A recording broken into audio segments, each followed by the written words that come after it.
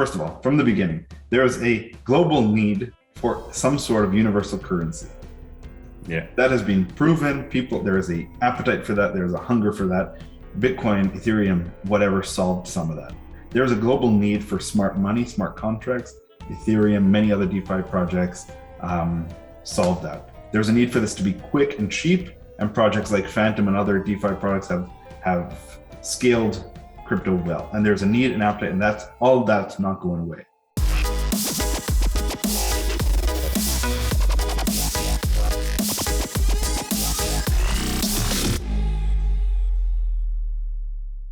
So our guest today on Off the Ledger is Moe Levin, CEO and co-founder of Keynote, the largest media and events company in the industry, responsible for hosting popular events like North American Bitcoin Conference, World Blockchain Forums, and many others. Welcome to the show. Excited to speak to you today. Thanks for having me on. I'm excited to be here. Yeah, man. It's I think you and I have known each other for like so many years, at least connected. This is actually the very first time we've spoken, I think, face-to-face. We can say face-to-face on Zoom, right? So you must be starstruck. I am. I was looking forward to it because we've spoken before about participation and events and conferences, things of that. But we've always crossed paths at just different times. And of course, I can't see you at a conference because you're just way too busy. So and now you live in Dubai, yeah? I live in Amsterdam and Dubai, yeah. Oh, okay. Amsterdam and Dubai. Okay. That's cool. It's been about 3 years since I was in Dubai. But I imagine things have changed a lot. I know a lot of people in the blockchain crypto space have actually seemed to be relocating there. Funny how that works. I made an event. Well, the first person to make an event in Dubai was Bruce Fenton, who made an event there in 2014. Yeah. A couple hundred guys in a hotel having an event talking about, I think it was the end of 2014, so they must have been talking about Ethereum a bit, but it was a very it was an interesting time in crypto. There wasn't much out there. There was a couple of different currencies, and people were just getting their holdings, what's going on. But the UAE government in general was very pro crypto, pro blockchain, more specifically is. And then I made an event in 2015 till now. I still make an annual event in Dubai. They've been so welcoming and warm, and even the government themselves are major partners of another event about crypto in Dubai. And that's sort of what you see around the world is the governments that have taken a position positively towards crypto are the places where people move their companies. And that's where people want to live. Dubai is a great place to live. But if you're going to make a company in an industry, and especially like 10 years ago when crypto was really in its infancy, if you're going to make a company somewhere, you want to ensure the highest likelihood of success by going somewhere where you know they're not going to change the laws, remove the licenses. You know, what we saw in the last few weeks with mining in China or the last couple of months, it's just out of nowhere, your business can go upside down. For sure. Now, your first conference, though, was, going back to 2012, wasn't it? Yeah. But it's funny how it started. Some people know this story, but I was living in Austria at the time, and I was working in a supply chain conference company. And I learned how to make events there, and I was doing some writing about supply chain, and people mentioned Bitcoin to me. I was broke, but I borrowed some money from my girlfriend at the time, and now my wife, and she gave me money to buy some Bitcoin and to make my first event. And that was in Amsterdam in 2013. And this was also really early days in a comedy club in Amsterdam. Everybody was there. Vitalik was pitching an idea where you can buy like a web shop where you can pay in crypto. And it was kind of revolutionary at the time. And he had a whole speech about how you can, and that payments would be a big part of it. BitPay was there talking, early days of a lot of the payments companies, but it was funny because you had the founders, Bobby Lee was there and Jesse from Kraken, all these guys who are now heading up multi-billion-dollar companies were in a hot comedy club with bad lighting and not great audio, evangelizing what is now the industry has become so diverse and so huge. I mean, you said before, we've known each other a bunch of years, we've connected, I've emailed, we've talked, we never actually had a conversation together. Yeah. It's going to get even less and less likely that the people that you know or that you've known over the years that you can spend time with at big events, because the industry has grown so massively. Was it when Ethereum launched that first event as well? Second event in January, 4 or 5 months later, there was the Ethereum house, and we were talking about the token sale and how the token sale would be structured, as a reverse auction or an auction, or how that would look. And then, yeah, Vitalik launched it 4 months later. I have some funny pictures of him, at a booth selling Bitcoin magazines for a couple dollars. And then he went on to explain the idea behind Ethereum, and he was overwhelmed with people coming up to him. But at the same time, there was 1,000 people in the audience there, not a whole lot of people. Yeah. Have you like, let's say mid to late last year with Clubhouse, there was a lot of crypto groups, and I took a look at it, I downloaded it, and I said, oh, I don't know anybody here. Yeah. The whole crypto industry was 1,000 people 10 years ago. It's so true. I think the difference is that, in my view anyways, there's a crypto industry, right? And then there's a crypto audience. And I say that the same, say crypto is crypto and blockchain, right? I mean, you have an audience of technology people that are creating new innovation and ideas around blockchain. And then you have crypto that people are looking at as an investment. You have the whole NFT craze today. Of course, you're heavily involved with it, but that's bringing a whole different audience now, right? I think you're attracting a different age of audience. You're looking at different levels of investment, because it has a different meaning and purpose. There's maybe a little bit more ownership around the NFT market and a single NFT, compared to, say, crypto or Bitcoin, which is really decentralized, right? There isn't a lot of ownership. You own your own coins, but it's a different market. So today, I think things like Clubhouse and social and all these different events are attracting a completely different audience than you were attracting 2012, 2013, 14, or even 15, when we were, attending common similar events. Yeah, I think you're right. I think the more that the industry expands, it touches more and more people's jobs, it touches more and more people's interests, gets more people involved. But those people, I guess, are not industry people the same way that they're interested. Yeah. What's funny is that Craig Sellers, one of the co-founders of Tether and a great guy all around, he was on Clubhouse every day teaching people. And most of the Clubhouse discussions were, what is Bitcoin? Is this thing going to last? What's Bitcoin backed by? And just easily Googleable answers that have been talked about for years and years, just really beating the dead horse. And he was, and there's still a bunch of people like that, which are still, and I hope to be counted in one of those people, as one of the people that continue to just spread the message, get more people involved, because we believe in it, because we want to have more people in the industry. And when more people are interested in the industry, when more companies are involved, the bigger and the more impactful this whole thing is going to be. Yeah. I had an event yesterday, a conference I was on, or I guess a discussion with the guys from Bittrex and Coinbase and an NFT marketplace group and things. And it was really interesting, the level of conversation we were having, because it included regulations, which I'm actually keen to get your viewpoint on. But it also covered a number of elements of things. And mostly we all agreed that it's education that we as a group, the people who sort of operate in the industry, we're in that stage. This adoption phase today, it's still about education, just like it was when you probably put your first conference on. It's like, hey, how do I get people together to share ideas and provide information to move an industry forward? You're like, I think you're one of the fundamental elements to help gather and bring all these guys together, and nothing happens individually. So, bringing all these people together getting to the education point now, everybody out there is doing the same thing. Like I said, Craig, he's providing information, sharing. A part of this reason I'm doing this podcast now is to bring people together, share their stories, and tell others about it, to provide education and information.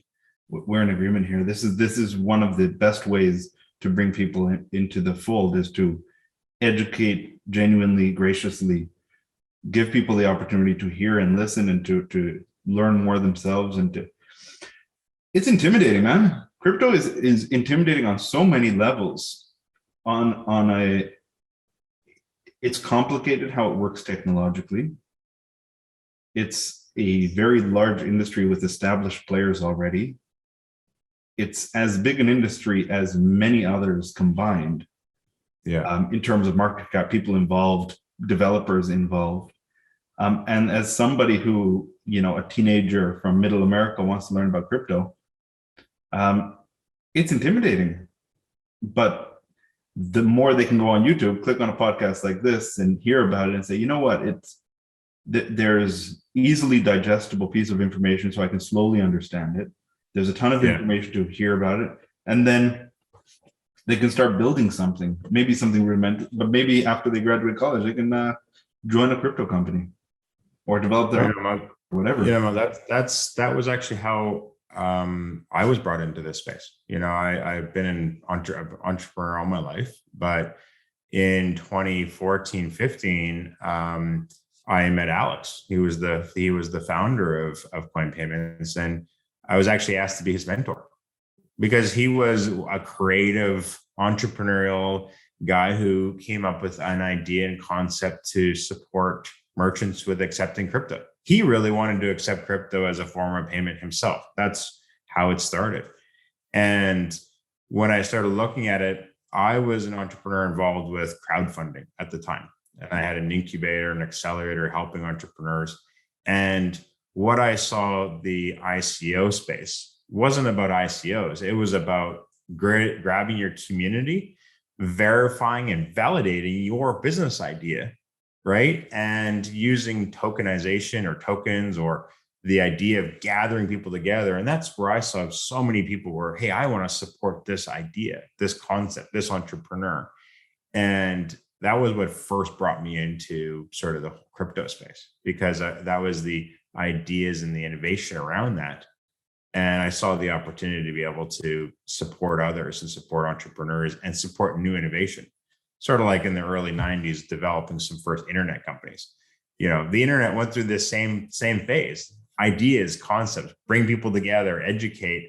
And then everybody's like, wait a second, what is this internet thing? How do I find out about the internet? You couldn't really, because it didn't always exist. So, we're in a very interesting phase. I'm sure you see it, the difference of 2012, 2013 to today. Like, where do you see the next 5 years? There's a lot to talk about here, because I'm also interested a lot about how you join COINPAYMENTS, but we talk about the next 5 years, which we could catch up later about how you got involved, and maybe you've talked about it on other podcasts, which I'll listen to. Next 5 years, the conversations have switched. 2012, a little bit more political. 2013, a little bit more political. Actually, a lot more political.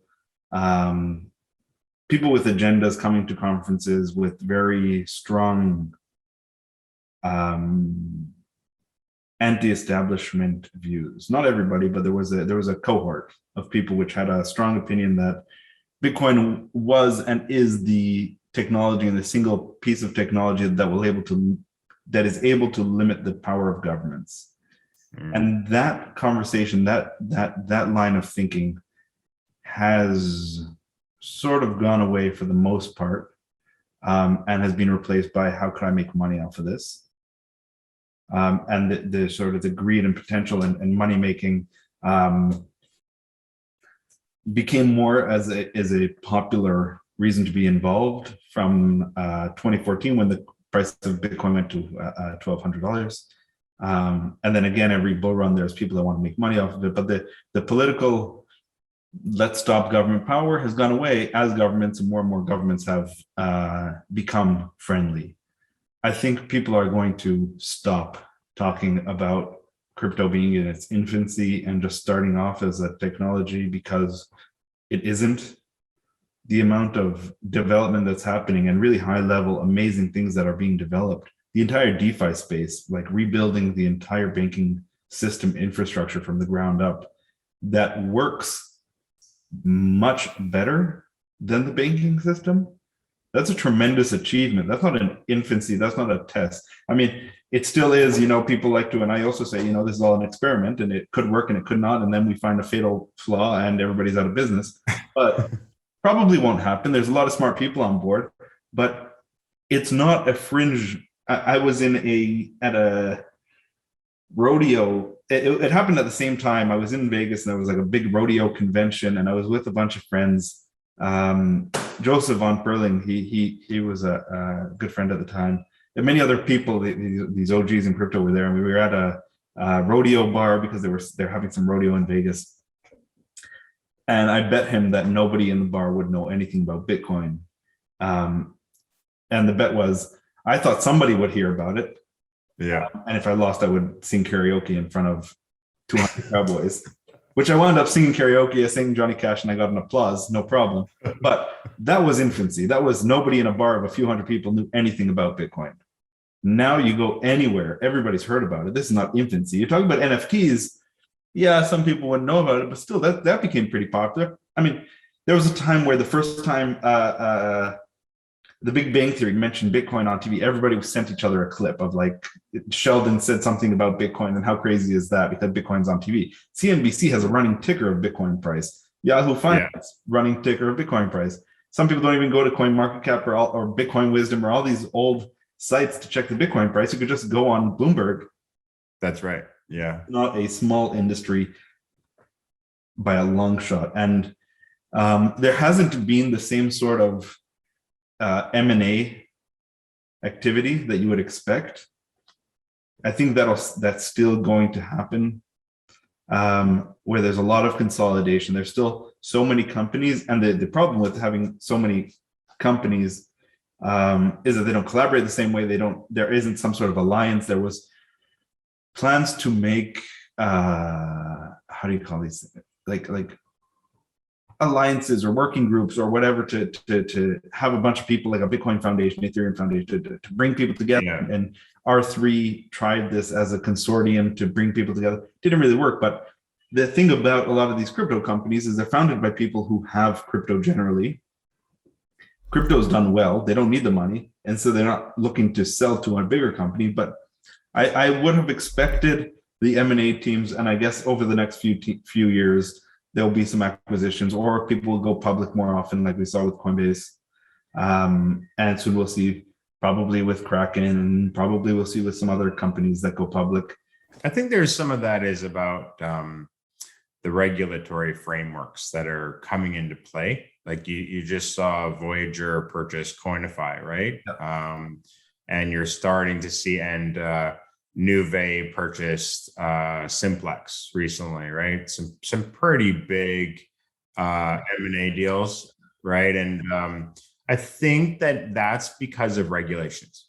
And I don't know how you feel about the regulations. I'm a supporter of regulation. I think it's important to give confidence and establish some direction and ideas as to where you can go.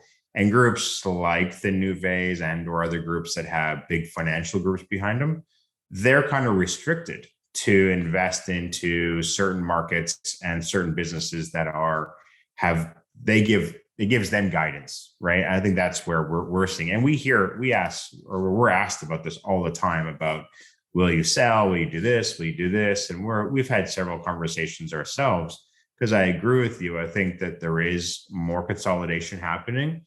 And 3 years ago, I guess I said to my partners at the time, we're going to see every major financial fintech payments company in the next 3 years be in crypto. And today, 3 years later, we see PayPal, you see Venmo, you see, Square, you see JP Morgan, even you see all these large financial institutions now all in crypto. And I don't think that would have happened if it wasn't some directional change in the regulatory space. I think you're right. I mean, you can't do it alone. You need to work with the regulators, or you're going to be moving company locations every week, because you work with regulators, everybody's happy, and the regulators are there to encourage business and innovation. Governments are there to protect citizens, and they want to make sure that there's no bad actors. And I think with the slowness of consolidation and acquisitions, it's probably a lot of it is internal, like you're saying. You got to get approval from a lot of board members and stakeholders in the company to take a position, but there's also a risk associated with not taking a position. Could PayPal have bought a company like Simplex or built their own crypto team? Is Amex going to build their own crypto team? Is what makes more sense? And some of the things are, some crypto companies, or even many, an exchange is not that difficult to build anymore. Yeah. So a small exchange is unlikely to be acquired by any other company, when the other company can build it themselves pretty quickly. And getting users, PayPal has no issues getting users, because they start off with 500 million. 300 million. Yeah, exactly. So yeah, some things don't make sense. Some things would make sense, some specific things, but yeah. Let's see what happens in terms of M&A over the next few years. And let's see what happens with DeFi and staking and the different edgy financial products that are being built by people that haven't gone to business school. I think some of those things are also pushing the financial institutions harder, right? The DeFi space has demonstrated that it's a need. Like, there is just the community, that people want this, and the old school banking services, which technically were offering the types of services, just were consolidated into the bank. But the lending side of it, for example, right? Or interest. Most banks were like basically at a 0% interest on your holdings. So of course, a person's looking for an alternative. If I'm going to hold my asset, I'm going to hold $10,000. Why not hold it in a facility that's going to offer me interest, even if it's a risk? And you're still offering interest. What's the bank value when there's literally no interest being paid, and yet you go to borrow the money and you're being charged interest? So I think that's where DeFi it's pushing. And I believe in conversations I've had, many banks are taking up DeFi into their own platform, into their own offering. Custodialship of crypto, deposits, lending, interest, everything else, all of a sudden is changing the business of banking. Conversation yesterday again on my call with Decor, and things were about CBDCs, right? Like, the value of CBDCs in the banking and the financial market compared to the value to the community in comparison to crypto.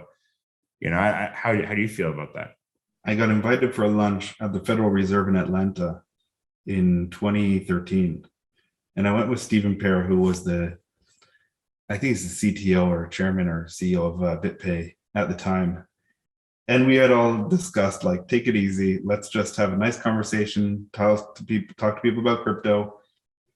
And the lunch went more or less okay, until one of the executives from the Federal Reserve was like, so is there any other, would anybody like to ask or talk about something else? And Stephen said, yeah, I just think you need to replace the physical dollar with a central bank digital currency.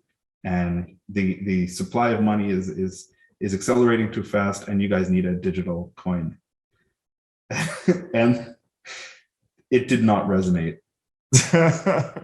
In 2013. It was just like, well, thanks for coming, and don't forget to see the tour on the way out of the money-making machines. Right. Now, completely different situation where it's on every whiteboard of every government, small or big, internally saying, what is this? How can we use this? And some are really close, and so like, the train left the station. This is a domino effect. It's not a when, if, whatever. Some things are going to be stable. There is a DeFi, there's a value, and first of all, from the beginning, there is a global need for some sort of universal currency. Yeah. That has been proven. There is a appetite for that. There's a hunger for that. Bitcoin, Ethereum, whatever solved some of that. There's a global need for smart money, smart contracts. Ethereum, many other DeFi projects solve that. There's a need for this to be quick and cheap, and projects like Phantom and other DeFi products have scaled crypto well. And there's a need and appetite, and that's not going away. When you look at a digital currency or a central bank digital currency, that is going to happen. It is happening kind of like a digital euro kind of exists, but it isn't a crypto based, but there's a need for that. That is going to exist. And many of these, like there's a need for only having a proof of ownership that exists as tradable, a way to have like NFTs is something that's not going to go away. How it evolves, whatever, it's not going away. I agree. So the questions of, do you think this is going away or not, or is this, those are gone. Those I don't have those conversations with anybody. It used to be on stage. Where do you think this is going? What do you think? Is everybody going to get arrested? Nothing like that is going to happen.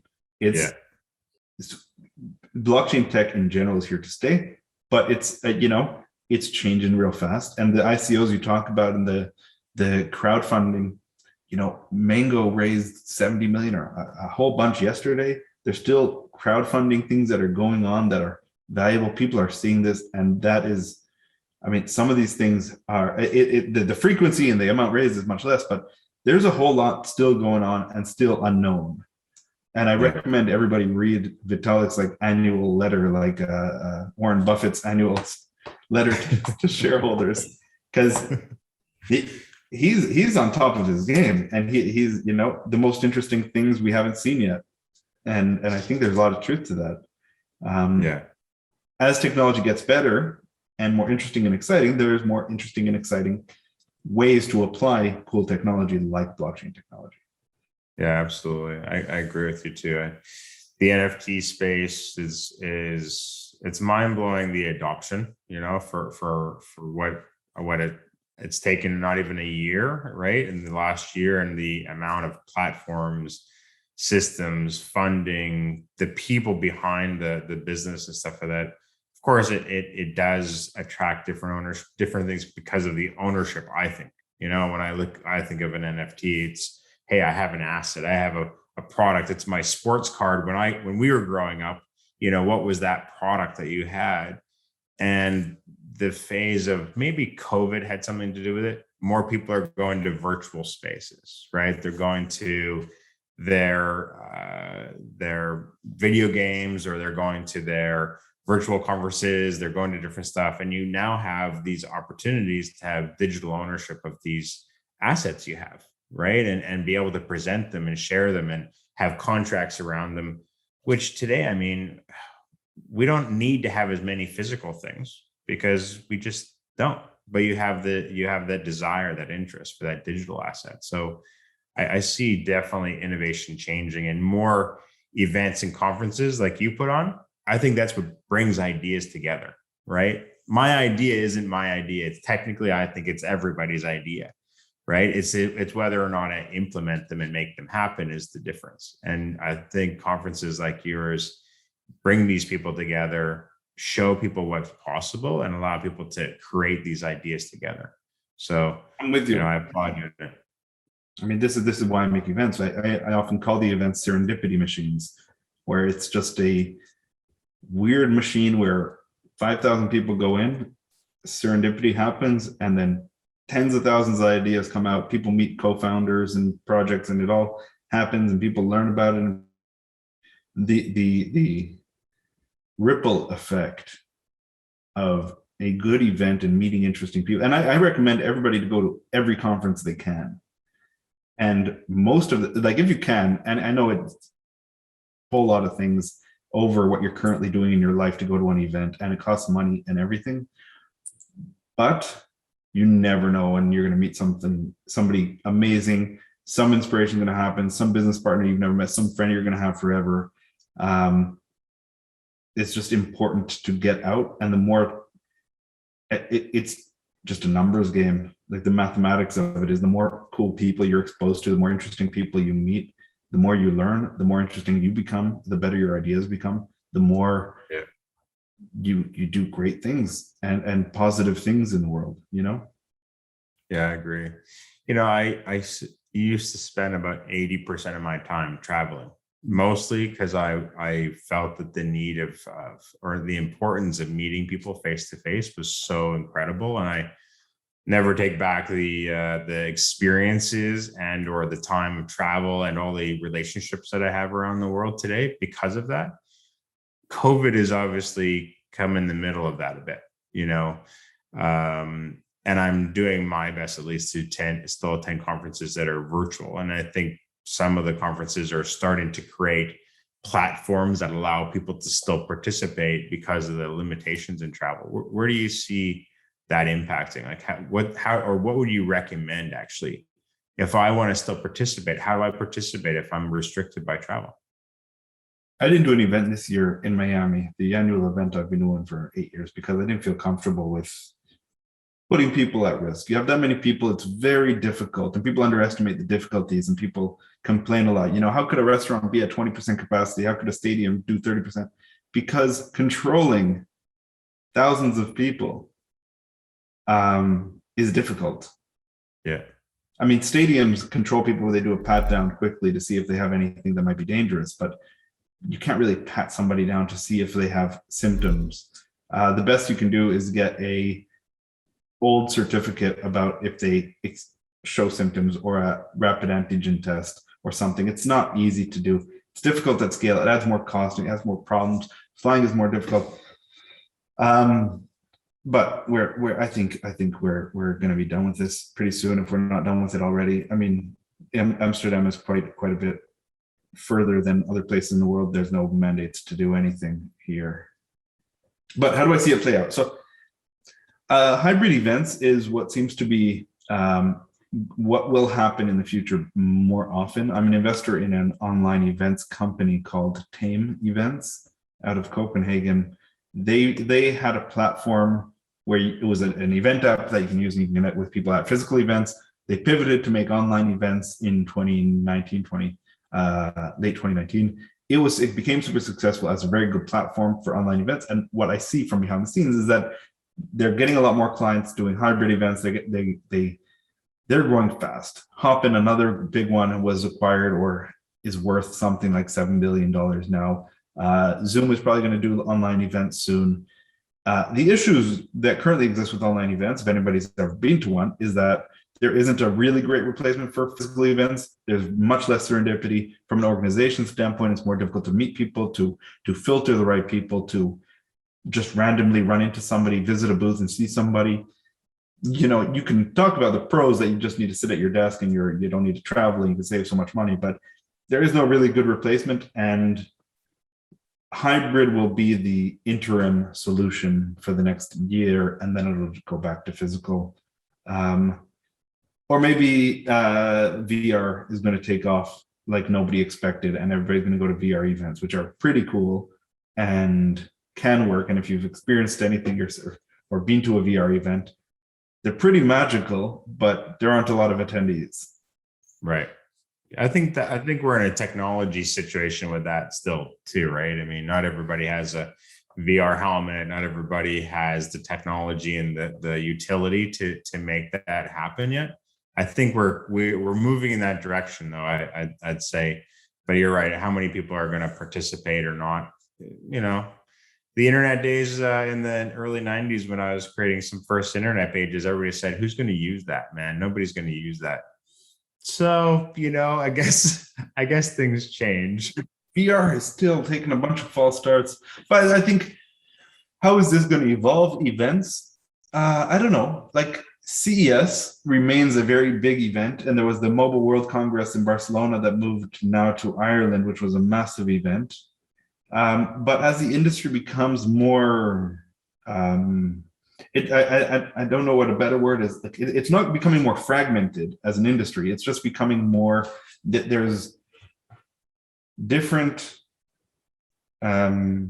strains, if you will, of people interested. So if there's a payment conference, you're going to want to go to a payments event because the industry you're in is payments, and payments, crypto, whatever. You go to you talk to people. If you're interested in medical research or medical technology and crypto, That's a specific event. And I think people are going to, and there will be more events that are going to be more niche. A couple hundred people in Switzerland, a couple hundred people in New York or LA or Miami. That will be popular. The super large events, and the tricky thing about crypto is that many of these conferences are very social experiences. Like you hang out with all your friends because you've all been through the same stuff, and it's great to have drinks with, and you're not wearing a suit and everybody's just hanging out, and maybe there's some business to do, but it's a really big party. Yeah. They're moving into, there's a lot more suits at my events than there used to be, but that's what the difference is between the Mobile World Congress. It's not, people don't come to my events only to do business and network and get enough business cards out, which I encourage them to do. And there's a lot of business to be made, but it is a very social event. So I think from a purely extract as much value from your 2-day conference as possible is I don't know what people are going to do in the future. I think, social is the future. Like having a fun time at an event makes fun, harder to get approval from, going to Vegas for a weekend is difficult to, your husband or wife might say, it doesn't sound right, but and people enjoy it. And the industry is quite heavy, man. Like people are working at maximum capacity, and most people are entrepreneurs that don't get a whole lot of sleep, and they work their asses off all day long. That sometimes you just need a break and go to a bar, have a drink, and go to a show and go to some nice restaurants, and that can reset. If it's all focused on business only, developing only, it becomes. Anyways, there's what we're both talking about. That's true. I can't say I ever slept during a conference though. So getting rest at a conference, I don't know about, but I agree that the dynamic in person in a conference where you're exchanging energy, right? You're sharing, you're talking, you're exploring things. As you said, you run into somebody you hadn't seen for a while, or maybe you establish that close. I think it's a closer relationship, which is why I used to spend all my time traveling. Anybody who I met face to face, handshake, dinner, whatever, I can today call up anytime. If I haven't had that a chance to meet yet face to face in time, it's much more difficult. Maybe if you spend like an hour like we're spending right now, I can call you up now. But even having just a vocal conversation or something once before, it wasn't as close. And if you and I spend time together in person, like it just creates a different dynamic. So I agree that it'll come back to that. That the longer people aren't hanging out with each other, the more there's a need for people to just to reset. Yeah. So how did you get it? You're an investor in Dropbox, I think, right? Mm-hmm. You invest in other projects too. I mean, I only really know you from conferences, but are you how did you get into that space? Somebody recommends to invest in a project, or some friends are working. Like many of I invest in a clothing company, and the reason I'm an investor in a clothing company is because they needed to pay something and didn't have their wallet with them, or their phone or something was messed up and they were traveling and they needed to pay a supplier. I said, listen, I'll pay for it. Give me shares instead. That's worked out. Other companies, I've seen a news article and I've texted. I see an interesting article and I just text the founders saying like, hey, I read the article, really cool. Like this event team, I'm like, I saw this article. You guys look great. Are you guys raising money? And many companies are happy to raise money or have a follow-up round, especially small ones. Netkey is another company which is a fantastic identity solution in the crypto space. Investing in crypto companies is getting more and more difficult from an equity perspective. And I don't know that there's a lot of value to having equity investments in companies that have tokens, but I do all sorts of things with investments and helping companies and mentoring. I just like talking to people, and I know a lot of things that are happening in the industry on account of the events. So yeah, I like to think that I'm a good board member. That's awesome to know. Because I didn't know that. It's when I hear about or I see Moe Levin, I think of conferences, right? I think of like putting stuff together if I want to attend or whatever, but I never knew that about you. That's awesome to hear. I myself am the same way. I if anything, I love connecting people, and I love mentoring and supporting and providing some input, or even just ask questions where people may be not asking questions. So I'm a mentor and advisor for so many different entrepreneurs, and it actually is my passion. It truly is. Of course, I'm in crypto, and of course, I'm in blockchain and payments and stuff, but my true passion is actually helping others. That's great. And there's that resonates with a lot of people. That's just a good person to know and to get advice from. They're rare. You got to use your time right, and like, you got to think about how much is this new project or new person going to give me some grief. But generally speaking, a lot of people just are very friendly and want help. And how much is a phone call, right? Yeah. I think one thing that people that generally in crypto need to keep an eye on is ego and being hard to reach, because no need for that. It's actually, my next question for you was if what would be your advice to somebody getting into this industry? I think that's one of them for sure, right? Yeah, well, take it easy with the ego. Everybody's friendly. Everybody wants to help each other. Nobody's going to steal your idea. Let people help. Be open to the kindness of strangers, and when you go to an event, tell everybody everything you're doing, because God knows that initial idea you have is going to evolve 100 times before you start developing it. And you will be so much better off by telling people and iterating in your head with other people at a bar. I've heard such half-baked ideas of companies that have turned into massive companies, and they happen to turn because they get more people involved and they talk to interesting people about it. Yeah, no, I agree. Well, Mo, it's I actually think we maybe scheduled an hour. I think I could probably talk to you for a few more hours, to be honest. We've only touched the surface on stuff, and I didn't really get to tell you much about the COINPAYMENTS, the 5 years of what has come to be where I am with COINPAYMENTS now. So I'm sure about COINPAYMENTS that every time I use them, and I use the product, it is fantastic, easy, smooth. Looks good, customizable. COINPAYMENTS is the best online payments accepting. Any issues I've had is being responded to quickly, but yeah, I recommend it to everybody. It's very good. That's awesome. I appreciate that, and hopefully we continue to create new ideas and concepts. Talking to people like yourself, help us adapt it and add new features and functions and stuff like that too. So it's always something that my goal is to make it better and better. It's Miami event. You're going to be on stage in January, so you better put that on your calendar. Miami. I guess I'm traveling sooner than I had thought. January, you better get ready. Tell the family, tell the friends you're going to be in Miami for January. That's in 6 months from now on a beach in Miami. Well, luckily it's nice and close to me, so I'll definitely be there. Great. Thanks. Well, I appreciate all your time today, and I look forward to spending more time with you, and hopefully our next time is in person. So I really look forward to it. I look forward as well. Thanks for your time as well. All right, bud. Thanks a lot. Bye. Take care. All right, everybody, that's a wrap. Thank you for joining the Off the Ledger podcast today. Remember to listen to the newest podcast wherever you regularly listen to podcasts. Thank you very much. Have a great day.